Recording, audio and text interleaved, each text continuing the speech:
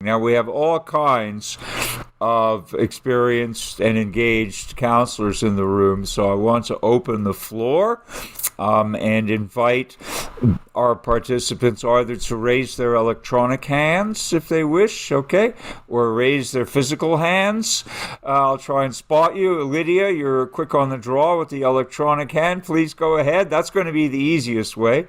So please unmute yourself, and the floor is yours, Lydia.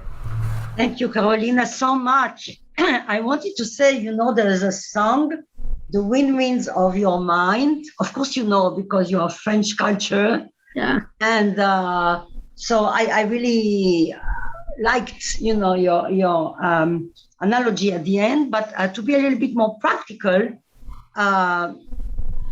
first, you know also that Yankelevich, who was a Bergstrom student, defined the tragic saying that it is the impossible and the inevitable.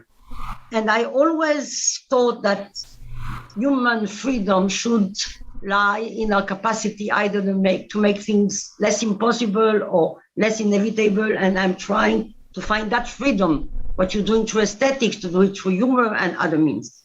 And to be even more practical, Janet Branson, Lennox, Lagarde, she had 4 family names, is editing for Lexington a collection of philosophy and the art, to which Vona is participating and others are well. I really think your article here would be a great addition, because it explains not only one art and not only the practical way of doing things, but the theory behind it and why it's philosophical. So if you have it into you, if you want her email, the contact, please contact me and I will contact her. I already wrote to her. Certainly, thank you. Thank you. Okay, thank you very much, Lydia.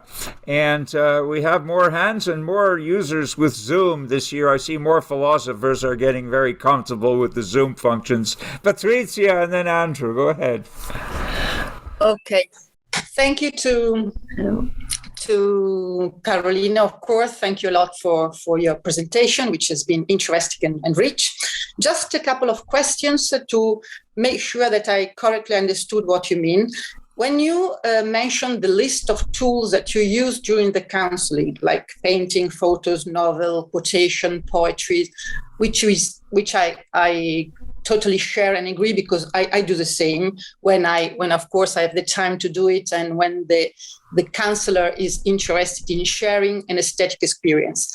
But I just wanted to ask you a couple of questions, which is the first one: why you define this kind of tools or object nice? You said a nice stimulator, because sometimes I use also tools that are not nice at all in a way, that are very kind of like music, like serial music, like Stockhausen. I just put music on and it's quite shocking, and it's not a nice experience, but it helps the person to stop in a kind of repetitive way to expose a problem or a matter which is obsessing him or her. So the aesthetic experience can be very useful, not only as an education of the mind and of the soul of the person, of course, the experience of beauty, but even sometimes to share a tool which helps the person to have an experience of ugliness, which is aesthetic as well, of shocking in a way. And then I am asking you also if you share experiences with your clients, like going together to a museum, for example, or going together with a client, because I've done it, for example, with the people in the prison. We share theater and cinemas together with the people I work with, and it helps a lot. So to share experience, not only the tools, that's my question, if it happened to you. And what about tools that are not nice, as you define them in a big group, as you said? And I liked your presentation a lot. So stimulating. Thanks, Carolina. Thank you, Patricia. I would like to say it's about confrontation.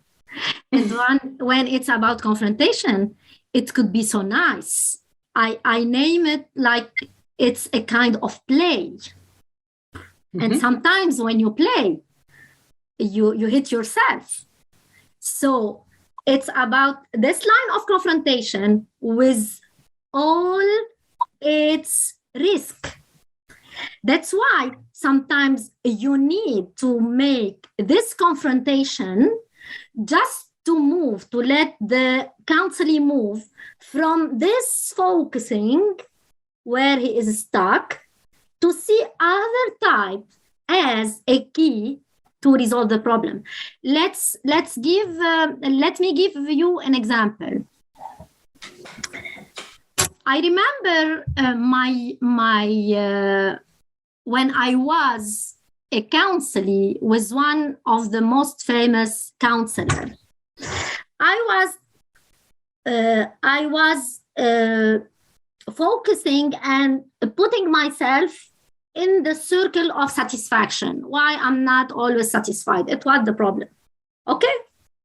So the first thing, when he began to talk, he asked me something that is not related to our problem. So it was like someone who shakes you, who make like, what? I told him, what? So he continued asking about things that are not related. So I saw it as a play to make me make the first move from this focusing to this kind of play. And then after a little step of questioning in the other talk, I captured what he wants me to know and to relate. And now, in my experience, I see it every day when someone is totally like that, focusing on this point, not seeing anything other than this point. When you help him to move, even if the confrontation in the other way, the play is not nice. I'm talking about nice of like it's a play. It's nice to play, but sometimes we should be hit. So even when you take him to this side and he's a little bit moved from this focusing, you help him. And when you see him in this side, in the confrontation line, you help him to come back to the problem with another perspective. When you let him move to this kind of play, it's not about a dispersion, like distraction. It's not like that.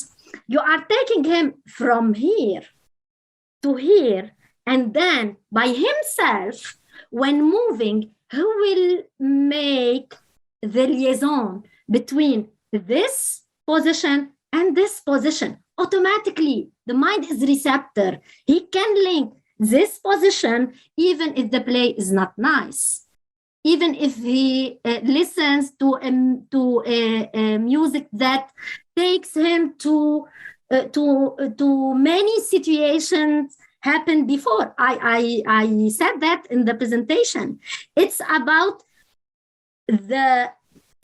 how to trigger the accumulated system and its replacement. So I used it every day in my counseling, and sometimes you don't need aesthetic tool. Sometimes it's about talking, but even when talking, I use aesthetic tool as the form of quotes, simple things in our lives, simple related things that could help the counseling. And about your second question, to be in places with counselors, I did it with groups. Like when I do workshops, so sometimes we move from the local to the nature, to the society, to a café philo. I didn't go to the prison or to to a places like you did, but I tried it in the hospital. I tried it in workshops, and it was so useful. It's a need sometime to have the feeling of tragedy in making the liaison, because this confrontation is what we need to move. We need to move. We cannot stay in the same place. So this kind of confrontation with all the results, we need it to move. I don't know if it's clear or not. Okay, thank you very much for that detailed response to Patricia, Carolina. But we have more questions, so let's move on. Andrew, please unmute yourself, and then Pepe. Yes, thank you. Thank you, Carolina, for a very interesting and rich presentation, very potentially fruitful, it seems to me. I'm asking questions here as a relatively new philosophical counselor, so bear with me. A number of questions arose. One, how do you choose the image or the song or the poem or whatever it is you're using? Do you have a collection, a storehouse of these images that you might correlate with a counselee's issue? So if someone is dealing with a relationship issue or something, or anxiety, you go to this image or this quotation or something like that. I could see how that would be very, very useful. So I wondered if you did that. I also wondered if you ever have the counselee produce the image or the writing or whatever, and look at that together with the client. Yeah, so go ahead. Okay, about how to choose the image, I will give you a nice metaphor for that. When you go into your car and you turn it and you go, it's not about what should I do now? Should I close the door or keep it open? Should I turn on the generator or I keep it turned off? It became like an instant way with all the accumulation of experience and reading and searching. Honestly, it's about a huge searching. It's a huge research about those typical figures that could make an influence. And I was always curious about the Freud system. So why we should be struggled in front of an image just to analyze our character? No, it's not like that. Maybe today I can see the mask, the sad mask. Maybe tomorrow I will see first the smiley mask. It's not about analyzing the character. It's about opening the reception of the mind. It's just like that. And about a collection, yes, I do. I have folders and folders.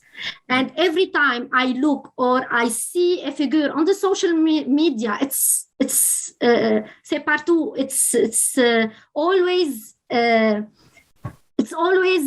in your hand on the social media. I captured. You see how the frog captured the small insect like that? I captured everything I see that could be useful. And there is always this spontaneous response from yourself. It's your response, spontaneous response to choose which one you want to use. I always use with the kids the smiley faces. I ask them to make a small monologue between this smiley who is sad and this smiley who is happy. And you cannot imagine the result. You cannot imagine how their mind becomes free. You cannot imagine how they leave the obsession mode, the struggling mode, the fear, how they live again. So that's it. And for producing the aesthetic tool, it was our last part of my presentation. It was about how you create. It's not me who will create. It's the counselee. You open the mind of the counselee. You help him to self-expression. And this self-expression, when he draws something or he writes, it's about what did you do? It's about what? And here too, you cannot imagine how powerful is their interpretation. It's not about psychological part. It's about this liaison between the emotion and the reason, this balance, how things change from position to position. Okay. Thank you. Thank you so much. Thank you for that answer. It's provoking more questions. I have a question too. I'll wait till the end. Pepe and then Gary. Please go ahead, Pepe. Thank you very much, Lou. Thank you very much, Carolina, for your presentation. I think that it is very interesting because, as Lydia says, it is part of the philosophical counseling, and a lot of people have worked. And my first question you have asked, you have answered, because it was, is there any criterion to choose any images? But my second question was, this is like philosophical counseling as artwork. Is to develop the philosophical counseling as painting a picture. So the question is, how can you train a philosophical practitioner or a philosophical counseling in order to develop aesthetic philosophical counseling? And the second question is, for me, it is very important, the transformation of people. And I think that you are connected with the transformative lives inside the consultation. For example, Shanti Jones in a conference some months ago talked about Karl Jaspers, and I think that it is very connected because Karl Jaspers were existentialists, and Sartre and a lot of existentialists try to make this transformation. But the point is, in some occasion, when you can use pictures in a consultation, some counselors can say, okay, this is very funny, very beautiful, but it is very boring. And this is my experience in some occasions, or for example, in prisons. So, but in another occasion, they said, this situation transformed my life.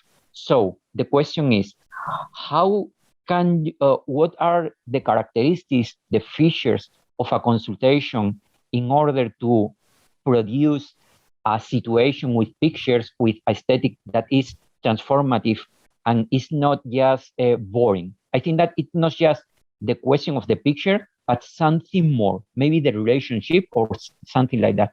That was my question. Thank you. Yeah, thank you, Pepe, for this question. I would like to mention two important points.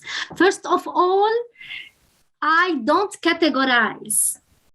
So it's not about this bag, I will put it here. So when a counselor come in to a session, to a consultation, it's not about first, I will introduce the image. Second, I will ask him the third. It's about every situation by itself. Sometimes 1 month pass and I don't use any aesthetic tools. It's about just the talk. And I would like to say that your talk, your expertise always can contain aesthetic form. So maybe sometimes I think that a counselor should be alarmed, like just alarmed, not stuck in in one frame. We will use this one. Now we will use this one. It's not about that. It's about how to be alarmed of your need in using this image. And with time, you will see that some counselors don't mind about using images, don't like using images, and some counselors don't move without images or metaphor or example or tales or fable. It's not categorized. When I want to train a group, the first thing I can say, don't be framed, don't be categorized. We are not in the psychological system. We are working together to the same end, but we are not in this type. Oh, you have anxiety, so I will use this image. No, it's not about that, because this tool could be effective for you, and could be not effective for me, and that's it. It's about your package. It's in your mind. You are ready.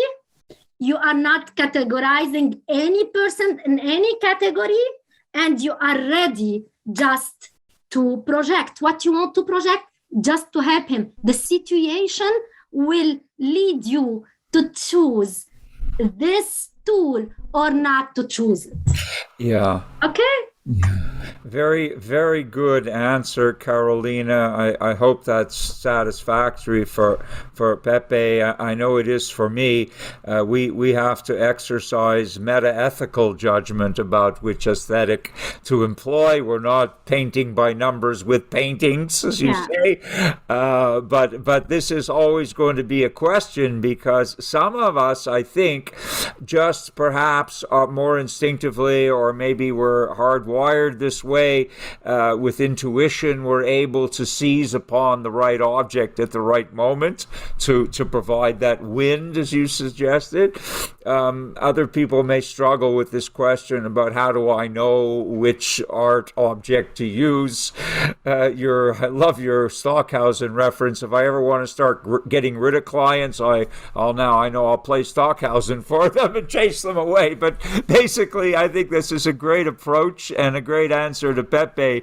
Gary, please go ahead. Unmute yourself. Oh, Carolina, you have another comment, please. Yeah. One more thing. I want to give you a little example, Pepe. Imagine that someone comes to you with a big whole problem that he sees as so big. So a little thing that could come to your mind. So imagine a plate where is a piece of pizza. Can you eat all this piece of pizza and put the whole piece in your mouth? So you should begin to cut it slice by slice, or you take it and you begin to eat it slice by slice. You know, when it's spontaneously given. Let's say this metaphor, if you give it to this client who came with a big problem, he cannot hold it. This small example from our daily life about a piece of pizza can let him feel a little of stability, and he can relate. The liaison is, we will cut this piece of pizza on little pieces and begin to work on them. And that's it. This is the liaison made. Okay, Gary, please go ahead. Sure. Great talk. My first degree was in English Lit with some math and physics, and I certainly think that I can vouch for your approach from a lot of personal experience. I was thinking recently about another aspect of that degree that comes into this, I think, which was it taught me to allow myself to really go into the literature and experience it, while keeping an eye on myself, to be non-attached, if you like, to that. So I actually had I was like reacting and watching the reaction and understanding how the literature was producing that reaction, which I realized was in fact a really valuable thing, like a really valuable life skill. And I didn't think you'd spoken about that. And I just thought I'd throw that in there and see if that was another aspect of your practice, because I think it could be very valuable. It's you are talking about literature. Mm-hmm. Yeah, I would like to give the example of Jean de La Fontaine fables. It's amazing. It's amazing. And when you consider the counsel, when you consider yourself as counselee, you can feel what a counselee could have from this example of fables or tales or popular quotes. It's something that is amazing. And the impact and the influence of the whole literature and all what's inside give you the right track to go forward. That's why I mentioned the intratemporal culture, the intratemporal liaison. So Jean de La Fontaine, or another, now I have in my head Jean de La Fontaine, or some of those who wrote many examples and many metaphors. They are not in our time. It's about intra-cultural, intra-temporal bagage that we can use to many culture. It's about humanity. It's about the whole mind of a humanity. Yes, I think that's very true. I guess part of what I was getting at was that ability that I developed to watch myself experience all of that while looking at what got me experiencing that, like to have a perspective on myself while I was watching the literature. And to me, that's very valuable to me as someone who talks to students and counsels people. But I'm wondering if you can use, art in general to get people to say, so why did you react that way? Okay, that's powerful. We'll work with your reaction, enjoy it, make the most of it, and then stand back and go, isn't it interesting how it worked on you in that way? If I can ask the counseling, Yeah, without asking, the counselee will tell you. It's about a great experience for the counselee. He will wait for your next session to say, the last session was very powerful. I don't know why, but it was very powerful. And I always see with my clients, after 1 year, to see the same client just to say hi, he passed to say hi. The only sentence that everyone tells me every time they saw me, they meet me, is, I remember you in this situation. I remember you when you were talking about this kind of example. So I put it in front of my eyes and I move forward. I'm not anymore stuck because the example of our talk or this painting or the way I write all my ideas on the paper and different kind of tools, they are ready in my mind to use in the situation, in the new situation, which is great, which I called maintenance. This is the maintenance. Yes. This is the maintenance. You don't need to be with your client forever, but you give your client tools to move forward. You are here in his mind with your tool to let him go forward. Thank you. Okay, thank you very much, Gary and Carolina. We have time for one more question. Kevin, your hand is up. Would you like to go ahead and unmute? Yeah, hi. So you're welcome to brush this question off if you think it doesn't quite hit for you. But I'm wondering, in your counseling, if you do only face-to-face or if you also use Zoom or other technologies. In particular, because I'm thinking, although I don't think you specifically mentioned it, the use of Zoom or other virtual platforms for counseling sessions brings a whole new aesthetic to the counseling session, because as for those of us who teach have discovered, everybody can see their face all the time as long as they have the camera on. And as I've read quite frequently, one of the reasons given behind student exhaustion recently of attending virtual classes is if they're required to keep their cameras on, they have to look at themselves constantly, and it's exhausting. But in a counseling session, the counselee can see their face and their reactions to everything that's happening during a session. And I'm wondering if you, I don't know, could maybe speak to that, or speak to how you think that could fit in, or if you already use it, or whatever you might want to have to say about that. Yeah, thank you for your question, Kevin. I really consider the Zoom platform and all those cameras on an aesthetic tool, because they are a great mirror to let you feel yourself on, made on, power on. You are engaged in a kind of commitment with others. And then when it's about the whole system, the media system, the news system, I consider it as great tool to make everything possible, and especially the line of confrontation. Why I'm telling that? Because sometimes I asked many clients, when we were in person consultation, I asked many clients to go and be in front of their mirror just to look at their face, because they miss their real face. That's why it's now here. They are seeing themselves. And with Zoom platform, I can share all the tools what I want, as I did before in person.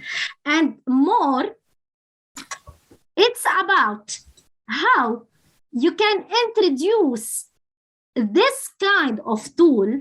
You can introduce it as a help, and you can introduce it as a nice way to be with yourself.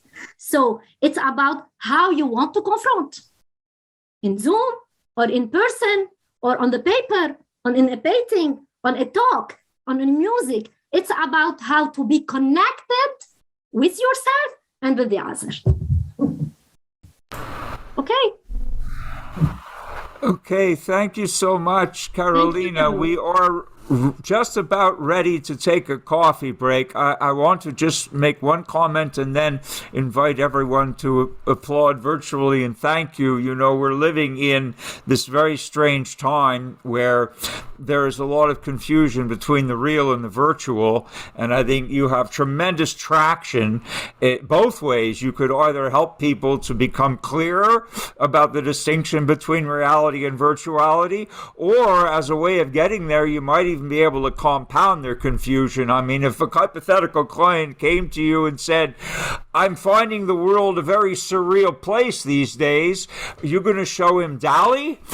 This could work both ways, right? It could reinforce their sense of the surreal, but it could also jolt them into realizing that people anticipated this a long time before the surreal manifested as the real. So I think it's a great food for thought, and I look forward to hearing your next presentation where you take us a little bit deeper into helping people make sense of a surreal world, perhaps using the tool of surrealism aesthetically.